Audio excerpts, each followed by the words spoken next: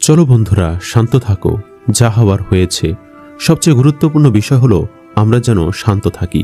সবকিছু ভুলে যাও, কষ্ট কষ্ট ভুলে যাও, শুধু খেলি, শুধু খেলায় মনোযোগ দাও বন্ধুরা। এই কথাগুলো বলা হয়েছিল মাঠে নামার আগে, ফাইনালের আগে, বিশ্বকাপের সবচেয়ে বড় মুহূর্তের আগে। এই রকম হতাশা কেন?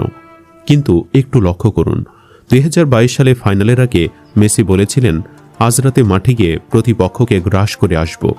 আর 2026 সালে সবকিছু ভুলে যাও, শান্ত থাকো। একই মানুষ, দুটো ফাইনাল, দুটো সম্পূর্ণ আলাদা কণ্ঠস্বর। আর ভিডিওতে যারা এনজো আর লিসান্দ্রোর মুখ দেখেছেন, সেই বিমর্ষ চেহারা, সেই শূন্য দৃষ্টি। ফাইনালের দিন আর্জেন্টিনার ড্রেসিং রুমে কি হয়েছিল? কোচ, সভাপতি, খেলোয়াড়দের মধ্যে বাকবিতণ্ডা, অথবা অন্য কোনো ঘোষণা যা সবাইকে বিমর্ষ করে দেয়? লাউতারো মার্টিনেজকেও দেখা যায়নি সেদিন। আজ সেই সত্যটা বলবো, একে একে সব। তাই এমন কিছু ফাঁস করতে চলেছি যা আপনার কানকে বিশ্বাস করাতে কষ্ট হবে।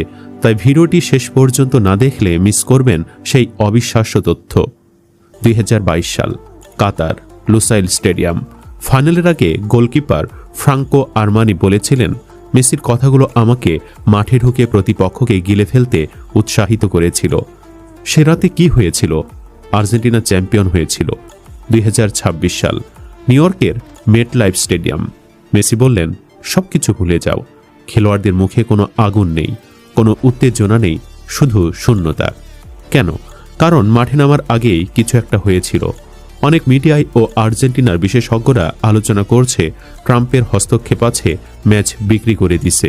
আর এই ডামি ম্যাচ খেলার খবরটা ম্যাচের ঠিক আগেই আর্জেন্টাইন প্লেয়াররা জানে।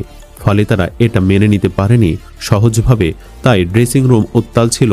আর লাউতারো মার্টিনেজ এটা কোনোভাবেই মানতে পারেনি। ফলে তাকেও মাঠে দেখা যায়নি। মেসি পুরো বিষয়টা আগে থেকেই জানত। ট্রাম্প, স্ক্যালোনি, ইনফান্তিনো এবং মেসি 2 দিন আগেই সব ঠিকঠাক করে, যার কারণে ফাইনালে মাঠে সেদিন আগের মেসিকে একদম পাওয়া যায়নি। তার থেকে বড় বিষয়, খেলোয়াড়দের ফ্যামিলির কেউ আসেনি। যেখানে আগের ম্যাচগুলোতে সবাই আসছে, এমনকি আর্জেন্টিনার সাবেক প্লেয়াররাও কেউ আসেনি স্টেডিয়ামে। এর মধ্যে আবার ম্যাচের শুরুতে সতীর্থদের উদ্দেশ্যে মেসির বলা কথাগুলো, যে দলের প্লেয়াররা সবসময় হাসি খুশি থাকে, সেখানে দেখা গেল সবার মন খারাপ। তাদের আচরণে এত পরিবর্তন। লিওনেল স্ক্যালোনিও কোচিং থেকে অবসরের কথা, যা সম্পূর্ণ স্বপ্নের মতো। এরপর শোনা গেছে Messi, Alvarez, Lautaro Martinez, De Paul, Enzo Fernandez এবং লিসান্দ্রো মার্টিনেজও এখনও নিজ দেশ আর্জেন্টিনায় ফেরেননি, যা নিয়ে আলোচনাও চলছে। আবার লাউতারো মার্টিনেজকেও দেখা